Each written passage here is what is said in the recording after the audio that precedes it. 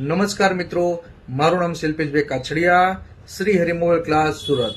હું આજે તમને એક નમ્ર વિનંતી કરવા આવ્યો છું કે તમે લોકો ઘરે ઉનાળામાં દ્રાક્ષ ખાવા લાવતા હોય ઘરે તો ન લાવતા, કેમ કે અત્યારે એટલી કેમિકલ વાળી દ્રાક્ષ આવે છે તો તમે જેવી ખાશો એટલે તમારા મોઢામાં બળવા મળશે અને સાંદા પડવા મળશે।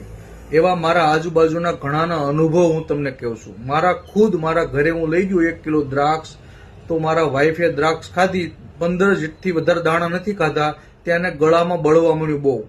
પછી મેં દવાખાને લઈ ગયો તો ડોક્ટરે રિપોર્ટ કરવાને કીધું, રિપોર્ટ કરાવ્યા અને ગળામાં બત્તી મારીને જોયું તો પેલો કાકડો આવે ને ત્યાં સાંદા પડી ગયા હતા અને ત્યાં રસી થઈ ગયું।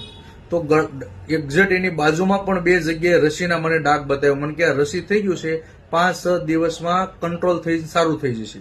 તો હું તમને એવું કહેવા માંગુ, અને બીજા ત્યાં બહુ બધા પેશન્ટ હતા એ બાબતે જ મેં બધાની ત્યાં પૂછ્યું પણ મારી ભાષામાં, મેં કીધું ભાઈ તમારે શું થાય છે? કે અમારે ગળામાં બળે છે। હું ખાધું હતું?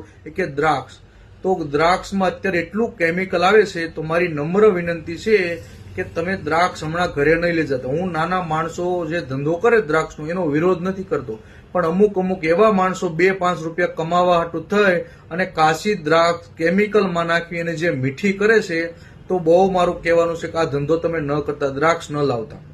અને જો તમારે દ્રાક્ષ ખાવી જ છે તો ઘરે લઈ જઈ અને પાણીમાં ધોઈને ખાવ ભૂલી જાઓ, એને ફૂલ પાણી ગરમ કરો, ફૂલ પાણી ગરમ કરી અને એની અંદર દ્રાક્ષ નાખો અને એ દ્રાક્ષને બહાર કાઢી ધોઈ બહાર કાઢીને એને 15-20 મિનિટ સુકાવી અને પછી ખાવી। પણ મારી એવી સલાહ છે કે દ્રાક્ષ વગર ક્યાં મરી જવાના છે, ખાવાની જ નથી। ગળામાં પડશે ને તો ખબર પડશે કેટલા હજારો રૂપિયાનો ખર્ચો થશે। તો મારી સલાહ છે કે દ્રાક્ષ તમે કોઈ લાવતા નહીં।